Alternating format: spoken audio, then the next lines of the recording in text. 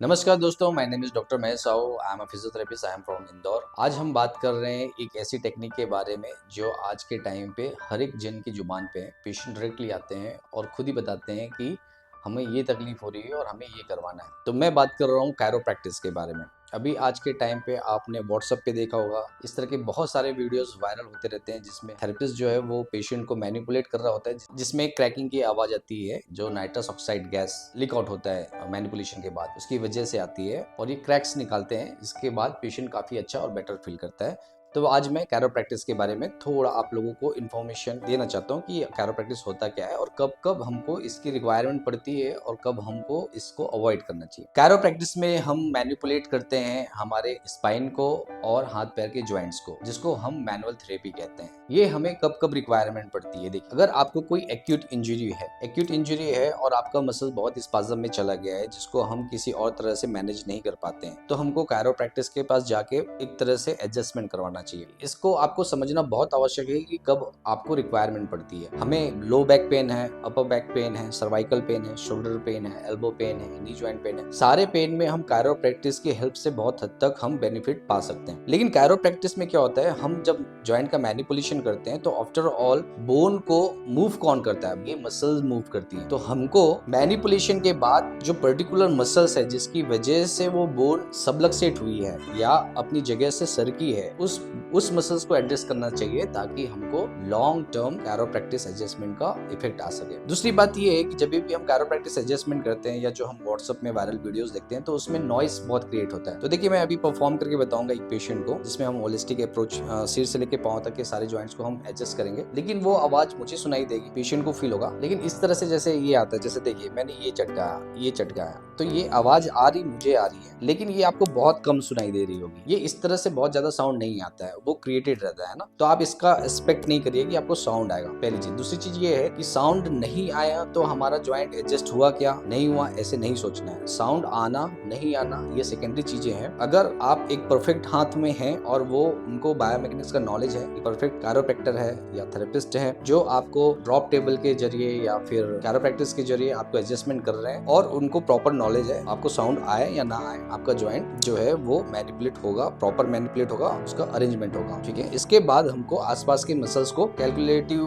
ढंग से एडजस्ट करना होता है। एडजस्ट करना होता है इन द सेंस कि किसी मसल्स को हमको स्ट्रेंथन करना है आसपास की, या किसी मसल्स को हमको रिलीज करना है। स्ट्रेंथन उस मसल्स को करेंगे जिसकी वजह से वो बोन का पार्ट या बॉडी पार्ट मिसअलाइंड हुआ हो, और जो आसपास की मसल वीक है, जो अपोजिट मसल है उसने अलाउ किया ना, तभी तो वो बोन दूसरी की तरफ गया, जिसको हम मेडिकल टर्मिनोलॉजी में सबलक्सेशन कह देते हैं। तो सबलक्सेशन की वजह से हमको इस तरह के प्रॉब्लम्स आते हैं, जो कि बायोमैकेनिकल प्रॉब्लम का एक पार्ट है। दूसरी इंपॉर्टेंट चीज ये है कि कायरोप्रैक्टिस से हमको डेफिनेटली बहुत फायदे होते हैं। क्यों? क्योंकि हमारा मस्कुलोस्केलेटल सिस्टम जितना वेल अलाइंड रहेगा, उतना ही हमारे सर्कुलेशंस अच्छे रहेंगे और हमारा परफॉर्मेंस मतलब एनर्जी एक्सपेंडिचर भी कम रहेगा, और हमारा सर्कुलेशन जितना अच्छा रहेगा वैसे ही हमारे सेल्स, जॉइंट्स को, आर्टिकुलर स्ट्रक्चर्स को, लिगामेंट्स को, मतलब like every part of the body will get more and more blood circulation, तो उतना ही अच्छा हमारा action potential throughout the body काम करेगा। इसलिए chiropractic adjustment is all time good. देखिए अगर आपको ऑस्टियोपोरोटिक का मतलब कि बोन बहुत वीक है, या ऑस्टियोपिनिया है, या कोई मैलिग्नेंसी है जैसे कि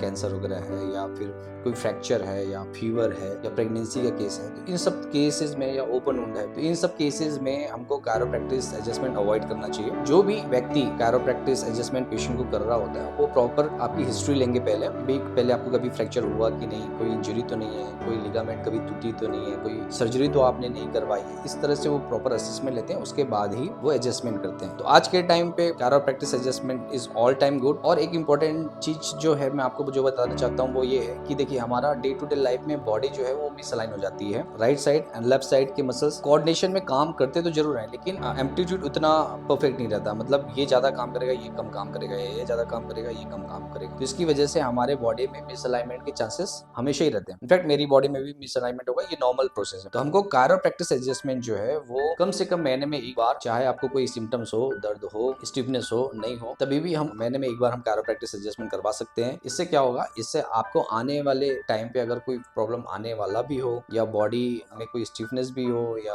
कोई इंजरी होने की चांसेस हो, उससे आप काफी हद तक बच सकते हैं और आपका जो डेली रूटीन लाइफ है वो आपका एनर्जी लेवल बढ़ जाएगा, आपका एक्शन पोटेंशियल बढ़ जाएगा, ओवरऑल आपका परफॉर्मेंस काफी अच्छा हो जाएगा, मेटाबॉलिक रेट अच्छा हो जाएगा। तो ये सारे बेनिफिट्स आपको मिलेंगे। तो आइए हम देखते हैं कैरोप्रैक्टिस एडजस्टमेंट में कैसे करा जाता है ड्रॉप टेबल के माध्यम से। और ये काफी सेफ टेक्निक है। बस ये है कि आपको आपके आसपास एक अच्छे कैरोप्रैक्टर को या फिर अच्छे फिजियोथेरेपिस्ट जिन्होंने एक रिकॉग्नाइज इंस्टीट्यूट से इसकी ट्रेनिंग ली हो, इसकी 2 साल की डिग्री प्रोग्राम होती है, तो वो उनको एक्सपीरियंस हो, तो आप उनसे आप ये करवा सकते हैं, राइट। देखिए अभी इनका हम कैरोप्रैक्टिस एडजस्टमेंट कर रहे हैं, हम होलिस्टिक अप्रोच चलेंगे। होलिस्टिक अप्रोच का मतलब हुआ सिर से लेके पांव तक हम सारे जॉइंट्स को मैनिपुलेट करेंगे। एक अच्छा कैरोप्रैक्टर जो है वो पेशेंट कोई सा भी कंप्लेन लेके आए, चाहे वो नेक पेन लेके आए, चाहे लोअर बैक पेन लेके आए, चाहे नी पेन लेके आए, हर एक सेशन में वो होलिस्टिक अप्रोच ही लेते हैं। क्यों लेते हैं? क्योंकि हमारा बॉडी जो है वो एक यूनिट है। एक बॉडी पार्ट में कोई प्रॉब्लम हो तो रेस्ट ऑफ द बॉडी जो है वो सफर करती है या एडजस्टमेंट करती है, जो कि with the time by the time secondary symptoms या प्रॉब्लम को लीड कर सकती है या फिर अकर कर सकती है, पैदा कर सकती है। तो इसके लिए हमको होलिस्टिक अप्रोच अपनाना चाहिए, जिसमें हम थ्रू आउट द बॉडी सारे जॉइंट्स का मैनिपुलेशन करते हैं। अब उसमें एज का,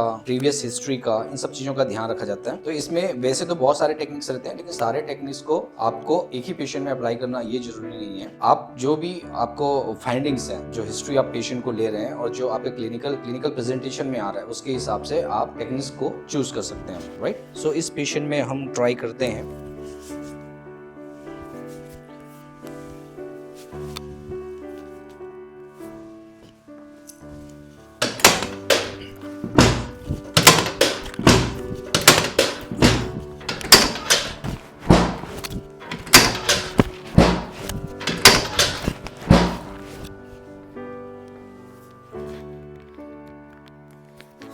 तो ये मैंने पेल्विस बोन का एडजस्टमेंट किया है। उसके बाद मैंने नी जॉइंट का एडजस्टमेंट किया।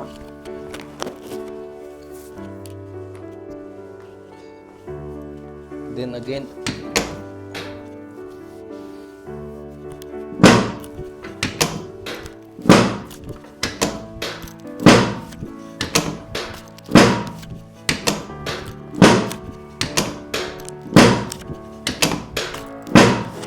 I have adjusted the thoracic spine.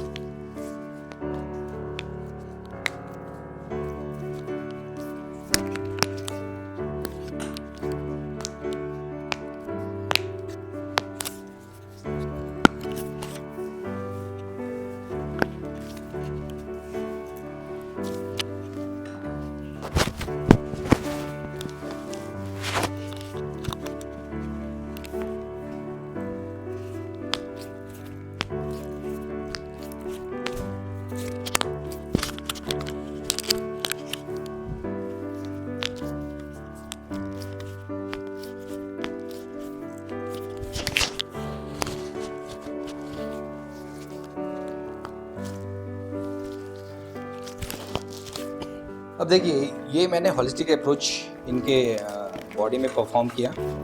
अब इनको स्टिफनेस थी और थोड़ा अपर बैक पेन था, तो मैंने सिर से लेके पाँव तक सारे बोन का एडजस्टमेंट किया। तो this is the manual therapy which is the part of chiropractic adjustment.